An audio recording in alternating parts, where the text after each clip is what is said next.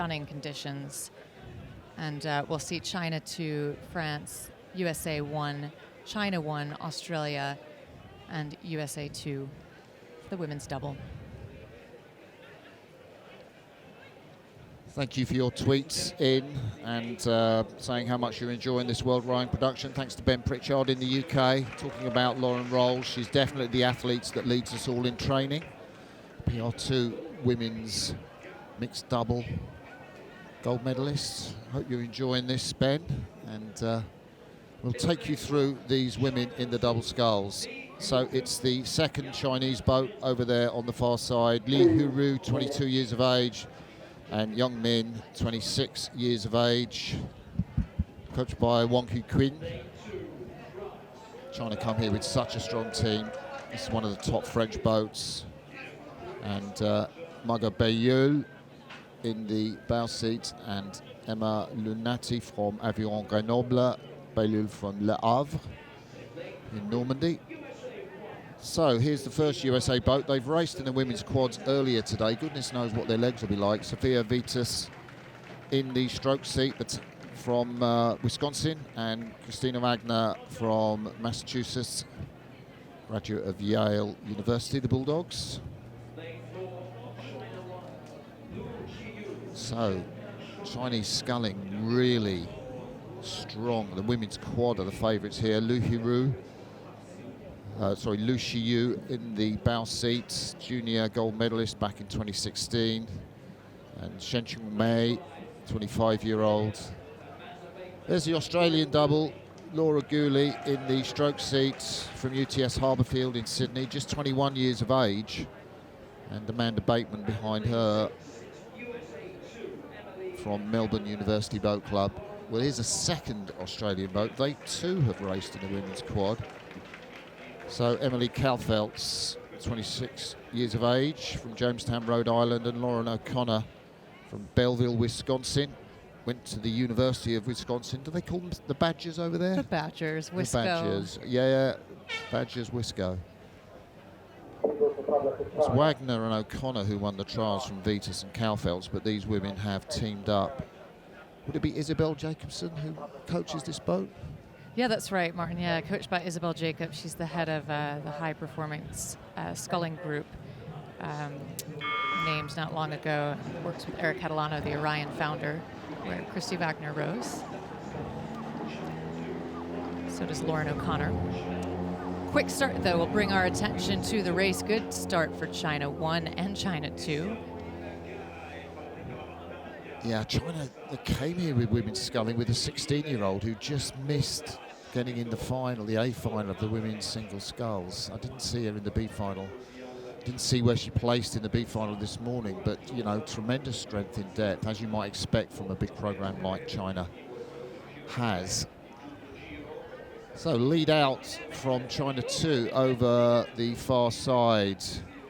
Lu Hiyu and Yang Min, both veterans, gold medal of the Tokyo Olympics.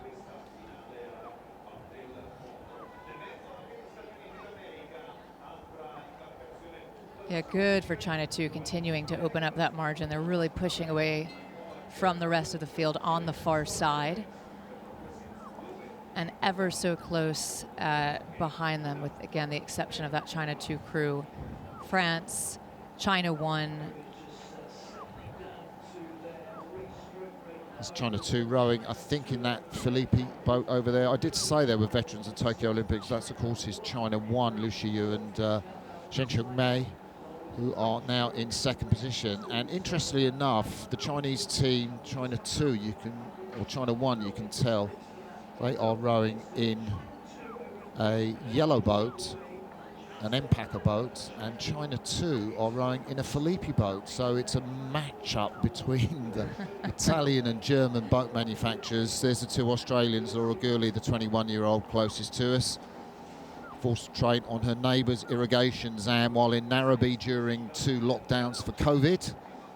And all that's behind her now. And tracking the French, tracking China 1 in the yellow boat. It's a good start for this China 2 crew. Yeah, they are being rode through by the first Chinese double, and there we see the stroke. Shen Mei, the 25-year-old. She was in the women's double last year. I think Lu Xiu behind her is such a strong athlete. She was in the Chinese women's quad last year till the World Championships, where she was put in the single. She performed in that. She finished 4th in the A final. There's China 2 we're looking at. Li Hui, former lightweight in the bow, now into the open weight category. You're spot on, though. There comes China 1, just able to edge their bow ahead for the first time over China 2. France and Australia, a bit of a tussle just behind them. The Americans in it as well, of Christy Wagner, Sophia Vitus. It's fantastic, isn't it? 5 crews really close up. Australia right in it, and Bateman and Gourley in their rhythm, just confident in what they're doing, and tracking the race leaders from China 1 in the yellow boats.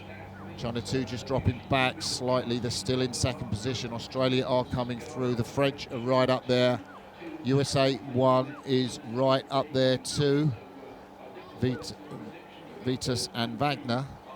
Don't know what their legs are going to be like in the second half of this race, because they've raced the quad in the B final of the quad, which they did win. They beat Australia, Olympic bronze medalists. Look across there from Amanda Bateman in the bow seat. She's just seen that they are tracking the Americans, who are moving through at the moment. So let's take a look at the Australian boat. There they go. Really nice straight arms that come out to the front end. Beautiful pick up in the glutes.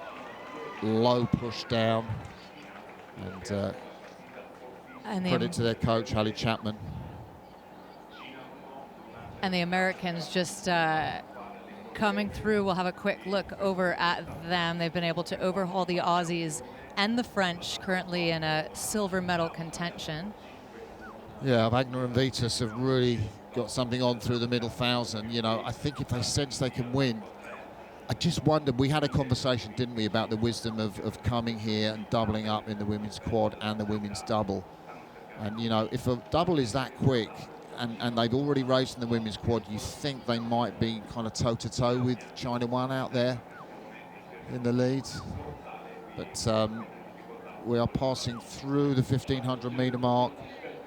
5:02, it's about 6 seconds off the world's best time pace. Quick time, but it's not going to beat that record set by the Australians, Alderson and Keogh in Amsterdam back in 2014. There are the leaders, and she's really digging in, Shen Mei, isn't she? The 25-year-old Lu Xiu looks a little more cultured in the bow seat behind her.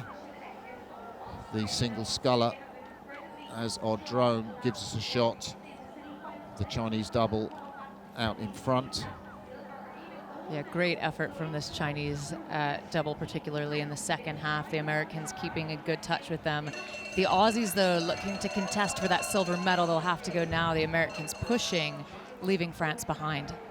Yeah, the Aussies are on a roll here. I like what they're doing. The women's quad not so strong. They were 8th, second in the B final earlier this morning. The French, it's important for them to get a good sprint on. A medal for them would be a real fillip to take to the 3rd World Cup in Lucerne. The moment the French, Baillieu and Lunati, are in 4th place, but it's China 1 in the yellow German Empacher. You can see them leading the chevron out. I can't see them getting beaten with Lu Xiu in the bow seat. She looks so strong. Look at her there, Lu Xiu on the left of the picture. She's really got it back through. The Americans, where have Wagner and Vitus found that sprint from? They are coming back on China 1. I think it's going to be a bit too late. China 1, I've got about 50 centimetres over the Americans. China 1 will come out and they will take it from USA. If they hadn't double up in the quad, that could have been USA's gold medal, I'm sure. Amazing finish from the French double, Baillieu Lunati. They did get that fillip of a medal, broke the hearts of the Australians. Bateman and Gourley had done everything right until the sprint for the line. China are unsure. And an amazing effort from the Americans. Wagner and Vitus did 6:41, and they doubled up in the women's squad. It's no wonder that Sofia Vitas is lying back in the boat.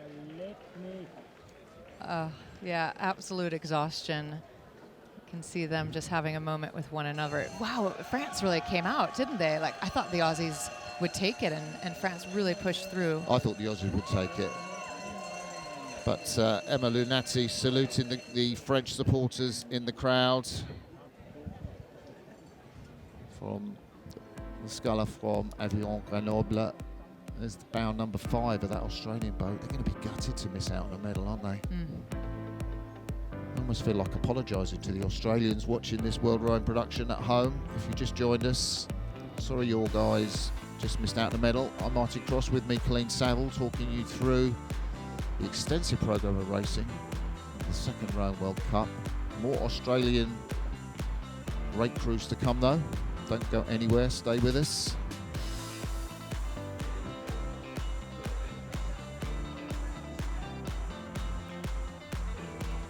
Oh, fantastic replay there. The Aussies, China just alongside them.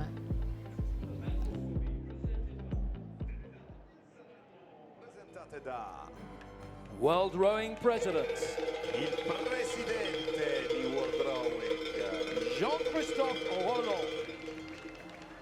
The King of China. The People's Republic of China, represented by Cina rappresentata da Lu Shiyu.